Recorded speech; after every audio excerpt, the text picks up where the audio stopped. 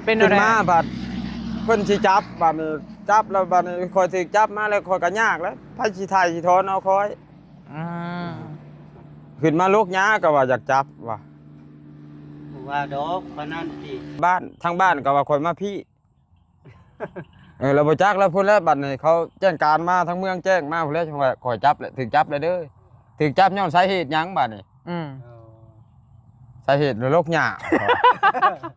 ชาย้อนแล้ว โอ้ใช่ป่ะ เจ้าหน่อยว่าโอ้ยคอยบ่บอกบ่คอยก็บอกแล้วบ่ใช่ป่ะเด้อใช่ป่ะเด้อขอบใจเด้อยินบ่ โอ้ยเนาะ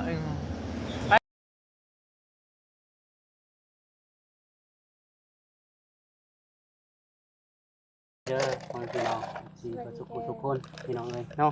เป็นได้อิ่มบ่มื้อนี่ อิ่ม อิ่ม แล้ว บ่ เห็นบ่นี่ ใช่ป่ะเด้ อิ่มบ่ใช่ผ้า พี่น้องเลยเนาะ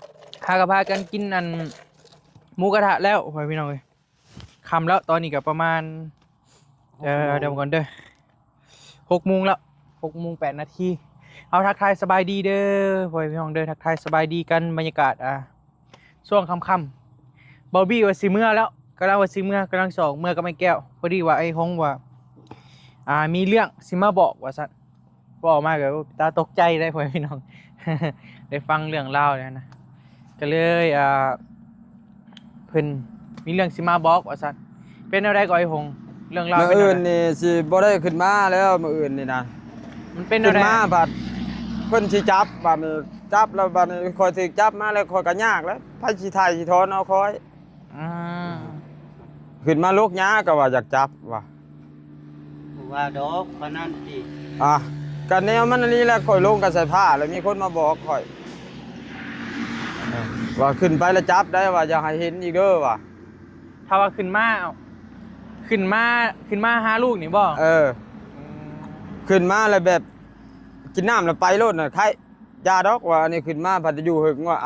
ก็ลกหญ้าก็หึงกันแล้วคอยว่า อืม ก็ซ้ำนี่แหละ สิว่าในใดเนาะ แล้วก็เจ้าก็ขึ้นมาไผสิมาเฮาก็หันเจ้าก็ขึ้นมาเจ้าก็เฮาก็กินฮอดหาเจ้าเลย เพิ่นที่นอนก็ได้เพิ่นจะจับคอย อืม พี่น้องเลยยา เจ้าก็ต้องขึ้นมา ต้องขึ้นมาบ่ ให้คอยขึ้นบ่แหละ คันเราขึ้นมาดูผัดถึกจับดิซะจะเฮ็ดยังไงจะมีเงินไทยเราบ่ โอ้ตกใจเว้ย ตกใจไง ตกใจแล้วก็ได้ยินบ่อยพี่น้องเรื่องราว เลยพี่น้องเนาะ สิว่าในใด เลย เบิ่ง แต่ว่าเพิ่นว่าคันมาดูแล้วก็ถึกจับติ เรื่องราวเป็นในใดก่อนไอ้ฮงเพิ่นว่าในใดเพิ่นว่าในใด บอกให้ขึ้นมาอยู่นั่นนี่ขึ้นมาอยู่ดนว่าเอาเขามาลกหญ้า มาลกหญ้าก็ย่าบ่ให้ขึ้นมา ขึ้นมาแล้วพวกเขาสิได้จับได้ว่าบัดนี้ มึงเด้อหลายๆเบิ่งเดี๋ยวสิอธิบายก่อนไว้พี่น้องแล้วบางทีก็แบบมีคนมาเบิ่งใหม่บางคนก็ยังจะบ่เข้าใจเรื่องราวอิหยังหั่นแหละที่ไปที่มาเนาะอันนี้ก็คือว่าสายฟ้าเนาะพ่อกับแม่นี่ได้แยกทางกันแต่โดนเติบแล้วแล้วบัดนี้ ได้3 ปี 4 ปีแล้ว เข้าใจแล้วบัดนี้อยู่2ไอ้น้องบ่พี่น้องอยู่2ไอ้น้องนี่แหละสายฟ้ากับบุญทวีอยู่2ไอ้น้องและแม่หันไปไทยพ่อให้อยู่บ้านแต่ว่าพ่อนี่ก็อยู่บ่ไกลดอกอยู่ประมาณอีก10 ไปลักนี่แหละห่างจากที่ว่าเฮือนลูกกับพ่อน่ะประมาณนี้แต่ว่าแต่กี้ก็บ่ได้ไปมาหาสู่กันแม่นบ่ก็ บ่ ย้อนว่าแนวนี้แม่นบ่ถ้าเจ้าฮาก็เริ่มมาหาลูกเจ้าช่วงใดนี่บ่ ช่วงวังอันนี้แบกเข้านี่เด้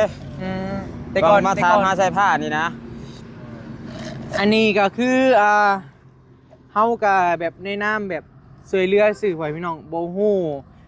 ต้นปลายสาเหตุอะไรหยังต่างๆที่ว่าขอตกลงที่ว่าเพิ่นเว้ากันนั่นแหละเฮาบ่ฮู้อันนี้มีแต่ได้ยินแต่เรื่องราวที่ว่าอ้ายเพิ่นเล่ามานี่แหละไว้พี่น้องถ้าว่าขึ้นมาอีกแล้วมีคนมาบอกเจ้าสิว่าเพิ่นแบบบ่ให้ขึ้นมาหาลูก บ่ให้ขึ้นมา บ่ให้ขึ้นมาถ้าว่าขึ้นมาก็คือแบบจะจับว่าซั่น ขึ้นมากินน้ำแล้วไปว่าเอาลกหญ้าก็หึงอะไรเขาว่าคันมัน ลุกแล้วรวบแล้วมันไปแล้วมันได้บ่วะ เมื่อยเลย ขึ้นมาแล้วว่าจะจับว่ะ เฮาว่าก็บ่ฮู้รายละเอีย ว่า ด ผัวใหม่ ต่างๆ มัน เด้ เข้าใจผิดว่ะ อืมสิว่าได้ ใจผิด เอ เนาะ อ อันนี้กะบ่ต่างหยังดอกพ่อแม่พี่น้องเอ้ย โดย เนาะเพราะว่าอ่าพอน้องสีฟ้าขึ้นมานี่กะเพิ่นกะ มาเฮ็ดเวียก ซอพี่น้องเอ้ยมาซอย มา เวีย ลกหญ้ามา มาลกหญ้า ปลูกผักปลูกหญ้าให้ลูก แล้วก็มาเฮ็ดทั่วปลูกผักให้ลูกอยากให้ลูกได้กิน ได้กินนะพ่อแม่พี่ แม่ น้อง แหละ นี่เนาะ บอกถ้าว่าขึ้นในกรณีที่ว่าขึ้นมาอาละวาดมาไล่ตีมานั่นนี่ลูกก็จังว่า ยังก็เป็นประธานหนึ่งเนาะ แม่จับได้แต่ว่า อันนี้แบบขึ้นมาเฮ็ดเวียกขึ้นมาซอยลูกอิหยังหั้นนะอ้ายเพิ่นแบบมีจุดประสงค์ดีบ่ได้มีแบบให้อิหยังแบบ โดย อันยังหั่นน่ะเฮ้ยพี่น้องแบบมาลักนั่นลักนี่มาเอาเครื่องของอิหยังเมื่อบ่เคยมีเด้ออันนี้บ่บี้อานาให้เลยหาประกันให้เลยพี่น้องเพราะว่าเพิ่นเมื่อเพิ่นบางทีขึ้นมาพ้อกันก็ถ้าว่าแบบบักบี้บักแก้วเมื่อกับเพิ่นก็จะเมื่อเลยเพิ่นก็จะบ่กล้าอยู่ย้อนเหตุผลก็ประมาณนี้แหละ โดย ทุกครั้งก็คือแบบจะเมื่อบางทีเพิ่นก็เมื่อก่อนด้วยซ้ำมันนะเพิ่นจะประมาณนั้น โดยก็คือมื้อนี้แหละอันเบาแก้วกับเบาบี้เนาะพาน้องสีฟ้าไปซื้อหมูกระทะพี่น้องเอ้ยเนาะให้อ้ายเพิ่นอยู่พี่แล้วก็ลูกหญ้าท่าเนาะ คอยบ่กล้าอยู่ วันนี้ไปวิทย์เนาะทุกคนไปวิทย์กับเพิ่นกับบุกล้านี่เขาไปรีอยู่ในเฮือนพี่น้องเอ้ยเนาะ ก็อยู่กับลูกชายเพิ่น ก็ครอบย่านแม่นท่านแล้ว พี่น้องเอ้ยเพิ่นก็ย่านอยู่พี่น้องเอ้ยก็ หากเป็นหยังจังมาน่ะมานำลูกย่านอยู่ห่างมา บัดนี้สิบ่ได้ขึ้นมาแล้วบ่ จักว่านั่นแหละ เฮ็ดจะได้บัดนี้ เช็ดรถเจ้า น้องสิตาเฮ็ดจะได้ บ่ได้กินข้าว พอเจ้าสิบ่ขึ้นมาแล้วได้ครับ อืม เพราะว่าคันมาดุๆก็ถึก ก็ ด้ เข้าใจความรู้สึกเข้าใจสิว่าแน่ได้แต่ก่อนตกลงกันเอาได้คือว่าได้ขอตกลงว่าถ้าว่าขึ้นมาเลยต้องจับต้องหยัง เอาผัวใหม่นั่นแล้วว่าเข้าใจผิดว่าข่อยน่ะมาผัวพันน้ำลูกน้ำเมีย อืม แล้วมาเขาบ่คิดว่าข่อยน่ะมาซอยเวียกลูกหั้นนะ บ่อันนี้ก็เมียก็อยู่ไทยพุ่นเด้ เมียก็ มีแต่ ปกติก็ ขึ้นมา เมียอยู่ไทยพุ่นก็อยู่กันกับผัว ถ้าว่า พุ่นเนาะ ถ้าว่าเมียมากก็คือสิบ่กล้าขึ้นมาดอกครับเบิ่งเจ้า บ่กล้าเลย อืมเด้อพี่น้องเอ้ยเนาะอันนี้ก็อ้ายเพิ่นขึ้นมาช่วยเวียกช่วยงานก็มีทางผู้หลักผู้ใหญ่ใจบุญใจดีก็เพิ่นก็ซอยอยู่เนาะเล็กน้อยเนาะน้องบีเนาะก็ ก็เข้าใจนํเพิ่น พี่น้องเอ้ยก็ แต่ว่าบัดนี้เราว่าเราบ่กล้าขึ้นมาแล้วพ่อพี่น้อง เพราะว่า อันนี้เฮาก็บ่อันยังหั่นน่ะพ่อพี่น้องบ่เข้าใจคือกันบ่เข้าใจเลยแหละเพราะว่าเฮาบ่ได้แม่นคนในครอบครัวของน้องของสายฟ้านี้บ่ได้แม่นคนในครอบครัวของไอ้หงเฮาเป็นแค่สายบุญเฮ็ดหน้าที่ผู้ใหญ่เจ้าเด้อลูกเด้อแม่หาซื้ออันนี้ไปให้สายฟ้าเด้ออหยังประมาณนี้เฮาก็จะเฮ็ดหน้าที่ของเฮาหั่นน่ะพ่อพี่น้องจะบ่ได้มีสิทธิ์แบบต้องแนวนั้นแนวนี้ได้แกก็อันนี้ก็คือเอาเรื่องราวมาให้ป้าลุงพิจารณานำกันพ่อพี่น้องว่า ขึ้นมาแม่นี่ผิดบ่เนาะ โอ้อันนี้ก็ คือเบาแก้วแล้วบ่ได้ผิดแล้วว่าข่อยขึ้นมาแบบนี้นะ อันนี้ก็คือป้าลุงก็ตัดสินใจบ่ได้เนาะเพราะว่าก็เพิ่นก็บ่ได้เห็นเด้เนาะเพราะว่าเป็นจังไดของ เฮาบ่ฮู้ แบบบ่ฮู้ แม่น สถานการณ์แต่ผู้แหละแต่ต้นผู้แหละต้นปลายสาเหตุหั่นน่ะ แม่นเพราะว่าก็มีการจำกัดบ่ติเก่า อืม ก็เนาะ เฮ็ดขอตกลงนี่ยังกันไว้บ่ แม่หรือว่ามัน ตกลงกับแบบคือบ่ตกลงนั่นแหละกันแต่เก่าเนาะขอตกลงก็ว่าผัวเมียป้ากันแหละเมียจากป้าต้องเสียให้ผัวจากป้าเสียให้เมียแม่นบ่ เด้อ บัดนี้เมียป้าแล้วก็บ่ได้เสียหยังหันนะจากป้าแล้วก็ป้า เด้อ ตกลงคือบ่ตกลงนั่นแหละถ้าข่อยบ่มักยากเอ้อยน้องก็ว่าอย่าของสำนั้นมันบ่หังบ่มีดอก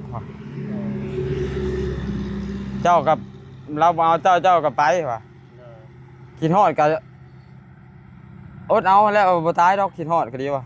บ่ คิดฮอดก็กิ้งเครื่องให้เอาว่ะ เด้อไอ้ฮงเฮาถามจริงๆตรงๆเลย แม่นิลี่บ่เพิ่นว่าคันเจ้ามาดูๆแล้วแจ้งจับอะนะ แม่นอะลี แม่นเนาะ เออ น้องสิฟ้าก็ได้ยินบ่ ใส่ผ้าย่างมาแล้ว หากระบอกใหม่ๆนี่ว่ะ มื้อเอาเงินนํเจ้าเด้ว่าสิซื้อน้ำมันน่ะ โอ้มือเจ้าอันขอเงินมา เออ มื้อนั่นแหละ มื้อน่ะ นั่นแหละเขาจะบ่ได้ย่างมาบ่มานะ อัน มา รถ นั่น รถน้ำมัน ว่า เบิดขอเงินเบาบี้ให้อ้ายเพิ่นไปใส่ เราแก้วว่า 10,000 แกงเฮ็ดกระถาว่ะของชะม้อยเอาเวียนเจ้าขึ้นมาว่ะ กล้าขึ้นมาเนาะ เอาซุมเจ้าก็เว้า แต่บัดนี้ก็ ข้ คื ย อ บ่ สิ กล้า คือสิบ่กล้าแล้วเนาะบัดนี้เนาะ อันนี้ก็บางที ย่า อาจ นนี่แหละ บางที FC อาจจะถามว่าเป็นหยังพอเสื้อผ้าคือบ่มาแล้วนะอันนี้คือเหตุผลเด้อพ่อพี่น้อง เลย ก็เลยว่ามาอัดคลิปนี้แจ้งปลาลุงนำกันเนาะบางคานก็อาจจะถ้าว่าบ่ขึ้นมานี่ก็คือจะแปลกใจเลยเป็นหยังปกติเราก็คือขึ้นมาลกหญ้าอยู่อะหยังประมาณนี้นะแหละ เลย มื้อหนึ่งพอบ่เห็นขึ้นมาเลยมีเรื่องมีราวหยังบ่หยังหั่นนะก็เลยว่าอยากมาอัดคลิปนี้บอกปลาลุงนำกันเหตุผลก็ประมาณนี้แหละแต่บางทีก็อาจจะดนๆเทื่อเนาะดนๆเทื่อมาแล้วก็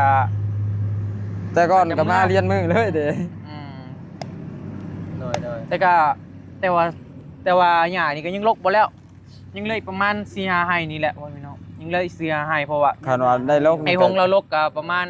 5ไร่แล้วบ่ประมาณนี้แหละได้หลายเติบแล้วหญ้านะสำหรับการลกหญ้าก็ยังบ่ทันแล้วซ้ำ เลย แล้วบอกก่อนนะ อันนี้ก็สิแจ้งล่วงหน้าเลยพ่อแม่พี่น้องเนาะถือว่าเหตุการณ์แบบนี้ก็ทางบ่แก้วกับน้องไซบี้ก็ที่จะตัดสินใจบ่ได้เนาะพี่น้องเอ้ย บ่ เนาะเพราะว่า บ่ น มี ก็ บ่มีสิทธิ์หยังดอกเฮานะ บ่มีสิทธิ์หยังเด้ แม่น เพราะว่าคันเพิ่นว่าที่เป็นแบบนั้นก็บ่มาก็ แม่น ก็ เพ บ่ ราะว่า เป็นหยังเด้อ จอยมันสิอัน เดือน สร้าง สิผิดพลา เดือนฮ้อนเจ้าเองอ่ะแหละแม่นแต่ประมาณนั้น มีแต่เจ้ากินฮอดก็ โทรเอา ขี่รถมาทางนอก โทรเอาก็ได้โทรศัพท์ เอา ก็มี ได้ โทรศัพท์ก็มีโทรเห็นหน้าเอา โทรเห็นหน้าเอาก็ได้ หรือว่าอยากขี่ฮอดก็มาเยี่ยมยามอยู่นอก โดย ก็ได้บ่เข้ามาแล้วก็เว้านกคุยกับ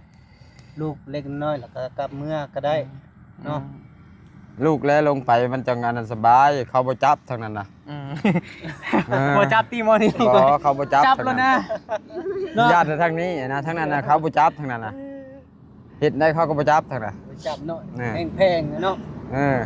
จับเอาไปเลี้ยงเลยแหละ เอาไปเลี้ยง บ่จับ ได้ เขาไป บ่ จับเขา เลี้ยง ร เขา ถ ก็ได้ ได้ เนาะใช่ป่ะเนาะยังหิวอยู่เนาะไปกินข้าวอันรัฐบาลเนาะ ขึ้นว่าอันนี้ก็แม่สภาโทรมาหาสาวที่ว่าข่อยนี่มาพัวพันลูกเต้าหลายแล้วก็ลูก2คนน่ะก็สิเอามาให้ข่อยเลี้ยงอีกว่ะเขาเอามาให้ข่อยก็เอา เลี้ยงบ่ เอามาให้ข่อยก็เอาลูก ก็ว่ามัน4คนนั่นคันจะมีผู้ที่5ได้วะมีแต่4คนน่ะข่อยเอามาให้ บุที่หาเลยบ่เอาเลยบ่ ลูกเจ้าน่ะ4คน 4คนลูกหลา 4คน นอยู่ไทยซอง โอ้ ก็มีผู้ที่5แล้วข่อยเบาว่ะข่อยบ่อยากได้ บุญหาอะไรมีผู้ที่หาเขาก็บ่ ผู้ได้ลูกกกนะน้องบุญ บุญทวีนี่แหละ บุญทวีลูกกก อันนี้กลางบ่ ผู้ที่2อันนี้ ยังน้อยอีกซองอยู่ไทยเนาะได้ฟังเรื่องเล่าวเลยก็บ่จักแนวสิว่านั่งกินสินดาดอยู่นำกันดีๆเพิ่นว่ามื้ออื่นอ้ายบ่ได้ขึ้นมาเลยเด้อบี้ว่าซั่นเอ้าเฮ็ดได้นาสิแล้วอ่ะ เด้อ แล้วก็อ้ายเพิ่นก็เล่าเรื่องราวประมาณนี้แหละคือทุกคนได้ยินนำกันนี่แหละเรื่องราว นี่คือการเนาะเราจังมีแจงลงหน้านะเนาะ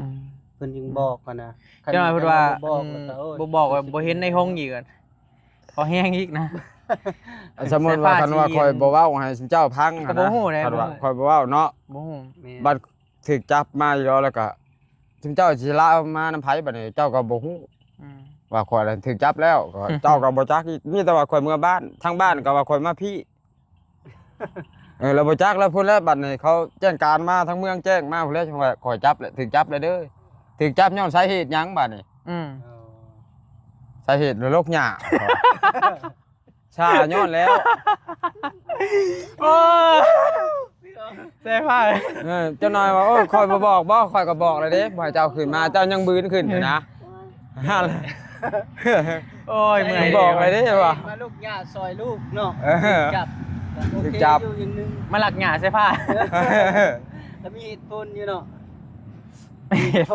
แม่นบ่ใช่ผ้าหรือบ่คิดฮอดก็เฮ็ดได้ข่อยก็ได้แต่คิดฮอดซื่อๆแหล้ว ไว้ได้เสียผ้าเสียผ้าว่าแนวใด บอกไปแล้วเหือดแตก อืม เออ บ่ล่ะ จับย้อนสาเหตุมาลูกย่าเนาะ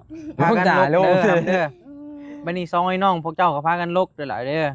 เฮ็ดได้ซะพอขึ้นมาบ่ได้เลยเด้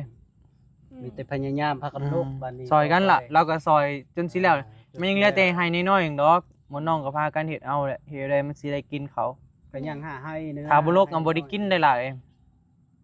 พากันเฮ็ดเอาน้อยหงเนาะ เห็นบ่บอลแล้วโลกมันก็เขียวงามเด้เนาะ โดน เขา แม่น มั แหละ นก็สัดขึ้น เขามันขึ้นแล้ว มันแตกกอเด้พี่น้อง เรื่องว่าเจ้าสิล้มน้ำแม่เจ้าได้บ่ ฮะ ได้เนาะเน็ตเบิดได้เนาะ เน็ตเบิด ท่าน เติมให้ก็ได้ ให้ โอ้ย ไอ้พี่เติมให้ก็ได้คันเจ้าล้มได้แล้วล้มแล้วบ่ให้ล้มแต่เจ้าสองคน มึงยัง เลยล้มเรื่องแม่ ล้มไปได้ เจ้า ล้มไปได้ บ่ให้ ล้มไป คอย ได้ มาลกหญ้านี่คอยมาลกให้หมู่เจ้ากินชื่อๆข้าวน่ะแต่คอยบ่ได้เอาเมื่อจังมีดดอกมันเป็นหมากอะ โดย คอยลกให้ชื่อ ไปย่างเด้อ ๆเบิดน่ะคอยเอาเงินนำก็เอาแต่คอยเติมน้ำมันใส่น้ำมันรถคอยแล่นไปแล่นมากลับไปกลับมาเท่านั้นให้หลายคอยก็บ่เอา อืม ไปสิเอาเงินให้เจ้า ถ้าว่าพวกแบบเบาแก้วเอาให้คอยก็บ่เอาให้หลายให้ใช้แต่น้ำมันให้คอยแล่นกลับไปกลับมานี่แหละลกหญ้านี่ให้คอยหลายคอยก็บ่เอาให้คือกัน แต่ละมื้อก็บอบบี้นี่แหละเอาให้ อืม อ้ายเพิ่นพ่อพี่น้องตื่มน้ำมั ให้หลายคอยก็บ่เอา ตื่มน้ำมูกน้ำมันหั่นนะเอาให้เพิ่น แล้วจะว่าคอย กิน บ่เอา น้ำนั่นแหละ คอยก็ได้หลายแล้วก็คอยก็ป้าย่อมือชุดศอกนำได้ซ้ำนี่ก็ดีโอ้ยไปทางใดก็บ่ได้ย่างอะนะก้อยขึ้นก็ตัดอนาคตเองแล้วนี่มันก็ได้ผักไปได้แข่งขานี่นะแต่ก่อนน่ะย่างเพิ่ม เดี๋ยวนี้อันมีแข่งบ่ตึงเลยเนาะ ก็ดีใจแล้วเดี๋ยวนี้ โอ้ยกระบาบ นะ สั้นเด้อไอ้เด้อมันจริงกาวแน่รถกระเทเลย อืม อันนี้นะโอ้ยคืออีต้นลูกละมาลูก โดย มาลูกแล้วก็ บ่ได้มี เฮ็ จุดประสงค์ เป็นแบบ ให้ นี้ หยังดอกเนาะ ข่อยน่ะมาน่ะป้าถ้าข่อยบ่ได้หายได้ยากลูกได้บอกลูกเฮ็ดลูกบ่เฮ็ดลูกนอนอยู่ข่อยก็เฮ็ดผู้เดียวข่อย อืมคือในค คื ลิ อ ป เบาแก้วเฮ็ดนี่แหละฮะบุญทวีนอนข่อยก็เด้งผู้เดียว เขาแนวเขาตั้งใจมาเฮ็ดเด้เนาะ เบิดน่ะก็จะมีแต่เว่านํลูกเจ้าก็บ่อีต้นข่อยนะเท่านั้น ต้นลูกก็แหละเพราะว่าจะให้ลูกได้ว่าซั่นซะแต่ว่า บ่ มั อันนี้ แบบนี้นะเป็นจังซี่ โดย แล้วก็ ว่าถึกเหตุการณ์ไว้นี้กับรู้จักสิว่าและพี่น้องเอ้ยเฮาก็สิตัดสินใจบ่ได้แล้วมีแต่บ่มากับบ่ว่ากันเนาะ โดยแม่นแหละ แต่เฮ็ดจะได้ก็ในเมื่อมันเป็นจังซี่แล้วก็เจ้า อันนี้ ญาติเนาะ บ่แม่นว่าเว้าได้พ่อพี่น้องด้วย มุมมองของเฮานะเพราะว่าบอบบี้อยู่นี่ก็หลายเดือนแล้ว ตั้งแต่เฮือนหลังนี้ถ้าก็เริ่มก่อบอบบี้มาเฮ็ด เลยว่า ก็ เรา จน คิด ถึงปัจจุบันนี้แหละ อันนั้นข่อยมานั่นยัง เวลา คิด ที่ว่า เอา ไอ้หงขึ้นไม้นะเวลา เอา ที่ หัน พ่ เอานี่ ขึ้ เมื่อ มา หั่นนะ น้องๆจะมีแบบว่าง่ายๆก็มีความสุขแบบแฮปปี้อะนะแฮปปี้เป็นพิเศษได้พ่อพี่น้องจะแบบว่าง่ายๆก็คือแบบได้รับความอบอุ่นนั่นแหละประมาณนั้น โดย เวลาที่เจ้าขึ้นมานะตามที่ว่าเฮาสังเกตเบิ่งนะเฮาเป็นคนหนึ่งที่แบบมักสังเกตได้ อืม แต่ประมาณนั้นแล้วก็ป้าลุงหลายๆคนก็จะเห็นประมาณนี้แหละ โดย บางทีเห็นเจ้าแลนไปลัดแม่นบ่ว้ายเพาะไม้ประมาณนี้นะจะประมาณนั้นอันนี้ก็คือโตของบอบบี้เองก็บ่มีความคิดเห็นหยังไว้พี่น้องบ่มีความคิดเห็นหยังอันนี้ก็เป็นเรื่องของครอบครัวของเขาเจ้า เป็นเรื่องครอบครัวของเขาเจ้าบ่มีสิทธิ์เว้าหยัง แม่น เฮาก็มีแต่หน้าที่ซอยเหลือก็เฮ็ดหน้าที่ของเฮาหั่นแหละเฮ็ดหน้าที่ของเฮาให้มันดีที่สุดเฮาบ่ได้มีสิทธิ์สิไปเว้าว่าเอ๊ะแบบนี้ผิดแบบนี้ถูกได้หยังประมาณน่ะเฮาแม่นบ่มี แบ สิท บ ธิ์ ไปตัดสินใจอะนะแบบมีสิทธิ์ว่าสิตัดถึงทางนี้ โดย ถึงทางนี้บ่ถือกันนะมีแต่ว่า เขาก็ มัน เฮ็ด เป็น แม่น กับปล่อยเนาะ อันนี้ก็คือเป็นเรื่องในครอบครัวของเจ้า แม่นเอาแม่นเอาแม่นหยังอะนะจูงรถได้ฮะ อ่า เนาะ อันนี้ ได้ฮะนะ อันนี้นั่นคือแบบ เดี๋ยวถ้าเรามา คันว่าข่อยเป็นนั่น โดย ข่อยเป็นแบบคือข่อยเป็นแม่ของสายผ้าผัวมาเฮ็ดให้นี่ข่อยสิจักสิว่าจังข่อยดีใจนำ คอยบ่ปากก็บ่ปากน้ำคอยก็จะคมใจว่าโอ้ยดีแล้วเฮ้ยเอ้ยเจ้าดอกมาเบิ่งลูกเบิ่งเต้าคอยก็ไปก็สร้างมันดอกบาดนี้ให้เจ้าเบิ่งลูกเนี่ยเด้อ โดย ซึมซ้ำอันนั้นลูกใหญ่ อืม แนวคิดของคอยอันนี้ อันนี้แนวคิดของเมียเพราะว่าไม่แต่ว่าจะจับแล้วลงยาก็ได้ โอ้ยเหนื่อยเด้ สิพาเป็นยังไงบัดนี้บ่ได้คิดหยังบ่มีแต่สิลงไปหาพ่ออย่างเดียวที่บัดนี้ ถีบเหาะ10 นาที โอ้ เจ้าบ่กินฮอดข่อยบ่ ถีบลงไปหาได้ บ่แม่นคมใจเองเว้าซื่อๆบ่หรือบ่เนาะบ่ใส่ผ้า ถีบลงไปหาก็ได้ไม่หยังนะ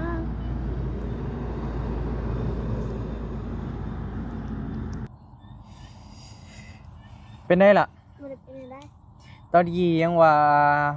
หน้าเข้าก็สิงามว่างั้นเนาะของหวังความหวังแม่นบ่ใส่ผ้าหรือบ่ฮะ จะยังให้พอขึ้นมาหรือยังให้ขึ้นมาล่ะยังให้ขึ้นมา แล้วเจ้าจังให้ข่อยขึ้นมาเลยเจ้าเติมบัตรแล้วเจ้าล้มแม่เจ้าให้ไอ้บี้ได้ยินนำ แล้วแม่เฮานี่สิได้เอาอีพ่อขึ้นมาลกหญ้าให้เฮา อืม แล้ว ลกยาให้แล้วก่อนได้บ่เนาะเพราะว่ามันกระเทือนเลยเนาะสภาเนาะ แล้วเจ้าเอานำแม่เจ้า แล้วเราน่ะบ่ยากแล้วน่ะเฮาโทรเอามื้อใดเราขึ้นมามื้อนั้นเรียกเรามีละปะ อืม เข้าใจบ่ใส่ผ้าเอ้ย โทรมาแรงเลย โทรหาไผแมลง หาแม่เฮา โอ้ยบ่ให้โทรหาแม่เจ้าก็จับกับเจ้าเองนั่น รถไปยังแม่ ให้ก็อย่ากินน้ำเด้ น้ำมันเบิด อย่า บ่ ไปเอาน้ำมาประหยัดให้เราเน่เจ้าผู้แห้งนั่น เบิดเด้อมาเบิ่งทางนี้ก่อน เป็นอะไรเป็นได้แม่รถเพบ่มันติดบ่ได้ น้ำมันเบิดบ่ แต่ว่ามันเขาเบิ่งแล้วน้ำมันมันยังนี่น้ำมันเขาก็ซื้อเต็มตุกอยู่นี่แต่ว่า เจ้าสิเมื่อไซนี่ หน้าถึงใกล้ไปนี่ ตายไปนี่ เออ มาไซคือว่าเครื่อง มาแต่สวรรค์มาแต่สวรรค์แล้วลงในเฮือนเอื้อยหัน โอ้ ลงในเฮือนเอื้อยแล้วขี่รถจักรมาเอารถจักรไปป้านในบนดงกิโลนะ อืมมีกระแจบ่ในรถเจ้า บ่มีไหนมันรถโคตรมันมี หรือว่ามันเป็นนั่นมัน หัวเทียนบ่จักรถเป็น โอ้เทียใกล้เติบเลยเนาะ ใกล้วัดเด้ใกล้ทางนี้แน่บ่เห็นเฮือนอันนี้ได้เฮือน ใกล้วัดไปนี่บ่ เห็นเฮือนดินเฮาแน่เห็นแล้วก็โง่เข้าไปทางนั้นเขาไปหน้าหน้า เข้าไปหน้าผู้ เอาในบ่แม่ เข้าไปใน อ๋อ ใกล้อยู่ได้ หรือว่ามันอันน่ะบ่ เป็นหัวเทียน เป็นน้ำยังอัน มันบ่ได้กูจุ้งยางเหรอจะได้สำได้ น้ำมันน่ะยังบ่แม่ ย่างก็ใครเบิ่งแล้ว มีกระเจ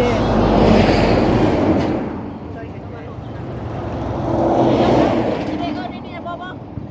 กระเป๋าหันจกออกมาเบิ่งกระเป๋าหัน เป็นเอาได้ บ่หันออกแล้วนะคนเบิ่งมันดีจังเลยเบิ่งยันว่าเจ้าเป็น อืม มีกระเจนี่บ่ อ๋อติดแล้วมันก็ไปโลดตรงนี้ดอกมันจกกันแน่นะเอาหรือว่าเอาข้ามขึ้นได้บ่ เอ้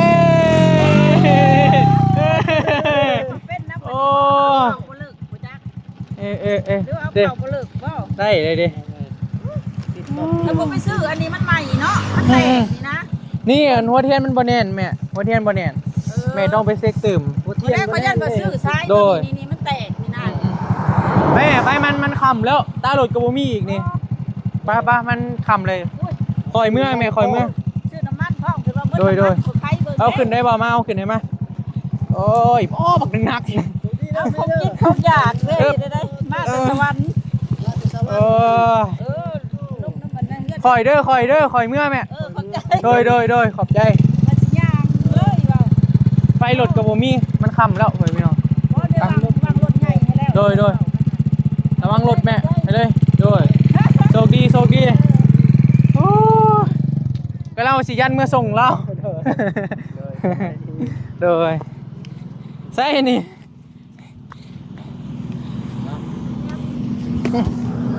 เฮ้ย ซองบ่ลูกนี่เนาะ เราก็รู้ว่า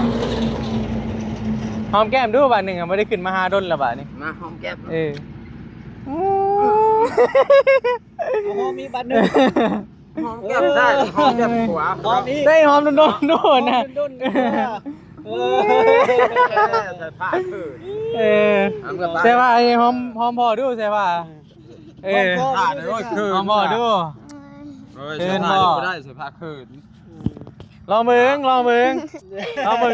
มาได้บ่ใส่ผ้าลองเบิ่ง อยากได้อยู่ว่าบัตรละแรงเอ้ย เอาแม่หอมดูสิไอ้บัตรหนึ่ง ให้สองบัตรเลยเออ นี่นะ โอ้ย ไปสิบ่ได้มาจากเจ้าเลยใส่ผ้ากินฮอดเจ้าดีบัดนี้ อืม เนาะ เห็นเราได้ซะ เจ้าได้บ่กินฮอดข่อยบ่ ฮะ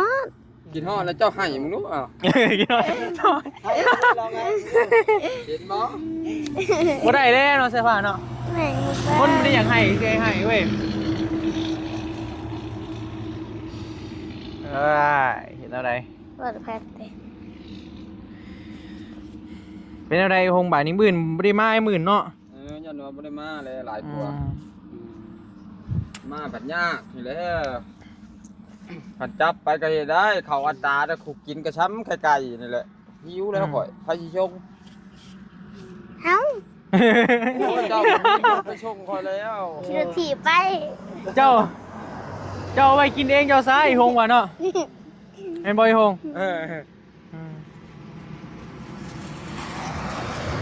เห็นอันไหนใส่ผ้าบาดนี้ เอ้าไป สิ ส่ แก้ ง ได้บ่มันอะไรเจ้าเว้าเด้อ อืม บ่นำแม่เจ้าเด้อปล่อยสิให้พี่พ่อมาลกให้เราบ่ได้เอาหยังเมื่อดอกแม่เอ้ยนี่ อืม แต่ข้าวกินเชื่อปากเราก็ยังยากก็ง่ายๆมาลกหญ้านะ เขากินในบี้ยังซื้อให้กินทุกคาบบ่ได้กินข้าวเจ้าอีก แต่กินข้าวก็ยังยากนี่เด้อบอกแม่เจ้านี่เด้อ อืม เรามาดึงให้ชื่อๆหญ้าน่ะเราก็บ่เอาเมื่ออีกหญ้ากะบอกมันคณะหันกินบ่ โอ้ย โอ๊ยหยังสิเอ้า โยยันว่าคิดว่าข่อยสิเอาหันเอานี่เมื่อเฮือนข่อยนะข่อยบ่ได้เอาหยัง หยังอยากเอาก็เอาได้เด้บ่มีมันบ่ได้มีหยังหยังกัน กันอยู่ทั้งบ้านข่อยน่ะเขาชื่อหญ้าเขาชื่อให้งัวกิน ทง ชอบ สอบ 10,000โห ให้สอบ10,000แต่เฮาเกี่ยวไปส่งเด้อ โน่นเบิดหญ้าน่ะคณะเจ้าอ่ะไปหลายแสนเติบเกี่ยวเอาฮะหันตัวข่อยดึกเงามานี่ก็เอาผ้าตัดเอาเกี่ยวก็เอาก็ได้หลายแหน่สิก็ชอบ ได้เป็นล้าน เออ อืม มีแต่สู้ๆเลยได้เด้อ เออ สู้ๆเป็นกำลังใจให้ทั้งสองมีแต่สู้ๆแหละ ไอ้หงสู้เด้อพี่น้องเด้อ เห็นบ่ได้ซะ ในได้ก็แนวเนาะ โดย งามแล้วก็บ่มาเนาะเป็นไงน้องวี่เนาะ โดย ดีก็เด้อ เราสบายดี ดีกว่าลงเด้อ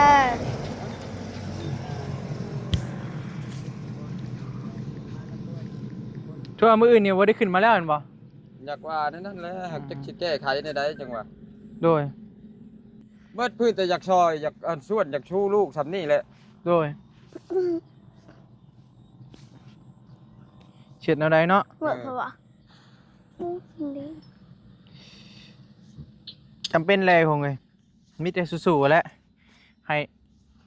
มีแต่ให้ได้แต่กำลังใจนี่แหละเอากันเนาะใส่ผ้า เหนื่อย อืม หากให้สภาล้มเบิ่งแม่เพิ่นก่อนล้มได้แล้วแล้วจังให้สภาโทรบอกคอย ได้ ว่าเฮานี่สิเอาอีเพาะขึ้นมาลกหญ้าให้เราลกหญ้าให้เว้าง่ายๆเด้อสภา เออ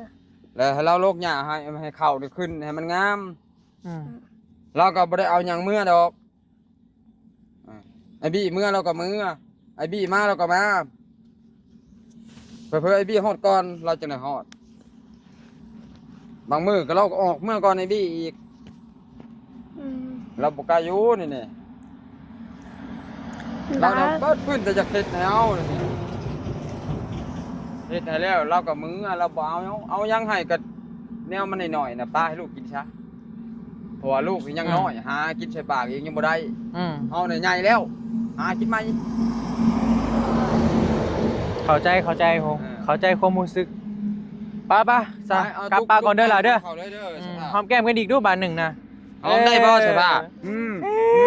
เด้อสภาพเด้อขอบใจเด้อยินบ่ โอ้ยเนาะไปสาวคนพี่น้องเอ้ยกลับก่อนบาทนี้กะมีแต่สู้ๆแหละไอ้พงเอ้ย โอ้ยกระบะโอ้ยพี่น้องเห็นเอาได้ซะเอาโอเคเด้อพ่อพี่น้องเอ้ยสำหรับที่นี่ล่ำลาเลยเด้อเดี๋ยวบอบบี้ก็สิได้กลับปะก่อนบาทนี้กะไปสบายดีเด้อพ่อพี่ เมื่อ น้ วา อน ง ติมเอิญ เรื่องเราฟังเลยก็ หน้าตาเขาจิมาส่ง วาเวอยู่พ่อพี่น้องวาเวอยู่ระดับหนึ่งไปสปะบ๊ายบายเด้อพ่อพี่น้อง